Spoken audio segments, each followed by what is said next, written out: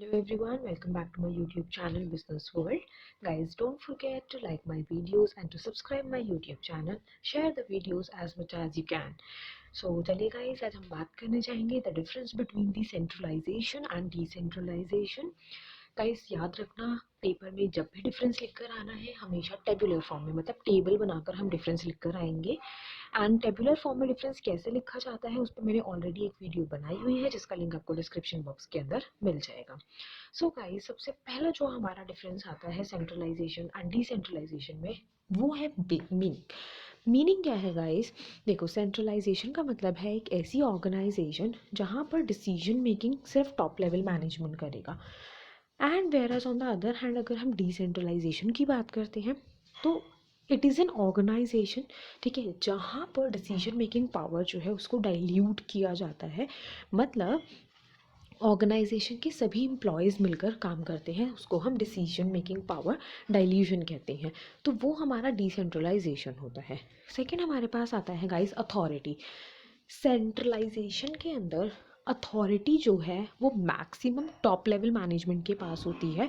Where as on the other hand अगर हम decentralisation की बात करते हैं गाइस, तो वहाँ पर इक्वल डिवीजन होता है अथॉरिटी का at all the levels in the organization. मतलब चाहे टॉप लेवल है, मिडिल लेवल है, लोअर लेवल है, सबको अथॉरिटी दी जाती है and equal level of authority दी जाती है।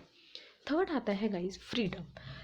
सेंट्रलाइजेशन के अंदर लेस फ्रीडम ऑफ एक्शन होता है, whereas on the other hand अगर हम डिसेंट्रलाइजेशन की बात करते हैं वहाँ पर एम्प्लॉयज़ को जो फ्रीडम दी जाती है वो ज़्यादा होती है, means more freedom of action होता है।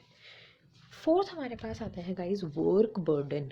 वर्क बर्डन क्या है? देखो, सेंट्रलाइज्ड ऑर्गेनाइजेशन के अंदर या सेंट्रलाइजेशन के अंदर जो टॉप लेवल मैनेजमेंट है वो ही सब डिसीजंस लेता है, मैक्सिमम वर्क वही करता है, मैक्सिमम अथॉरिटी उसी के पास होती है।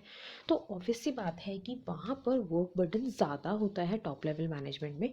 Whereas on the other hand अगर हम डिसेंट्रलाइजेशन की बात करते हैं गाइस, तो वहाँ पर इक्वल डिवीजन ऑफ वर्क होता है, जिसकी वजह से लेसर वर्क बर्डन होता है एक इंडिविजुअल पर्सन या एक इंडिविजुअल लेवल के ऊपर।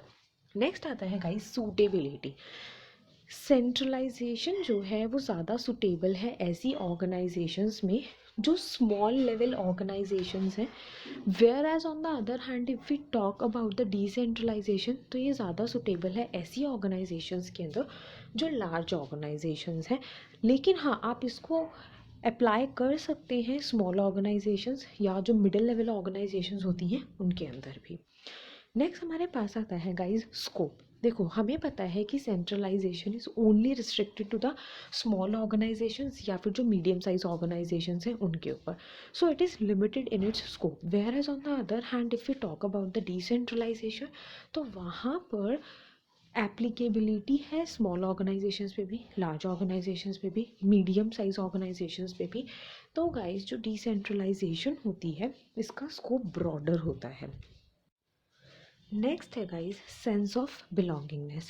देखो, सेंट्रलाइजेशन के अंदर क्योंकि मैक्सिमम अथॉरिटी रिटेन करी है टॉप लेवल मैनेजमेंट ने, मैक्सिमम डिसीजंस वही लेंगे, मैक्सिमम ऑर्गेनाइजेशंस का काम वही करेंगे।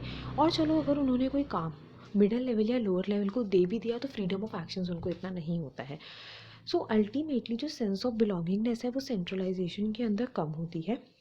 And if you talk about decentralisation, तो गाइज डिसेंट्रलाइजेशन के अंदर इक्वल डिस्ट्रीब्यूशन ऑफ अथॉरिटी है, फ्रीडम ऑफ एक्शंस प्रोवाइड किए जाते हैं एम्प्लॉयज़ को, तो वो greater sense of belongingness generate करता है एम्प्लॉयज़ के अंदर।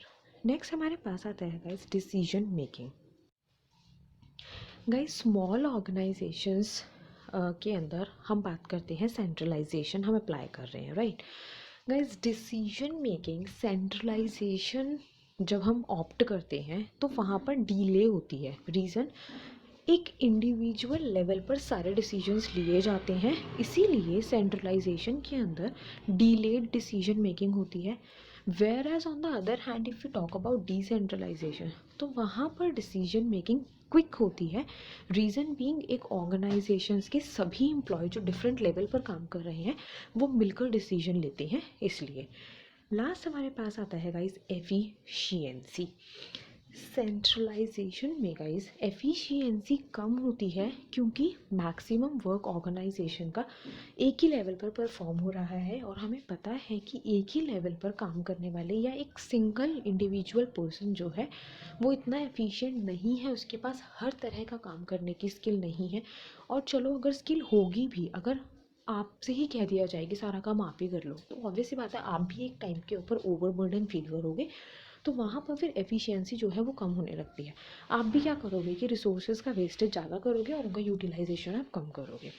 नेक्स्ट हमारे पास आता है गाइस डिसेंट्रलाइजेशन। जब हम डिसेंट्रलाइजेशन की बात करते हैं गाइस, तो यहाँ पर एफिशिएंसी ज़्यादा होती है क्योंकि ऑर्गेनाइजेशन का सारा वर्क डिवाइडेड होता है among all the levels of the organisation. तो ऐसे में कोई भी इंडिविजुअल पर्सन ओवरबर्डन नहीं होता है, और क्योंकि वो ओवरबर्डन नहीं है, उसको एक लिमिटेड टास्क परफॉर्म करना है, तो वो ज़्यादा एफिशिएंटली उसको परफॉर्म करता है। सो ये गाइस हमारे बेसिस थे।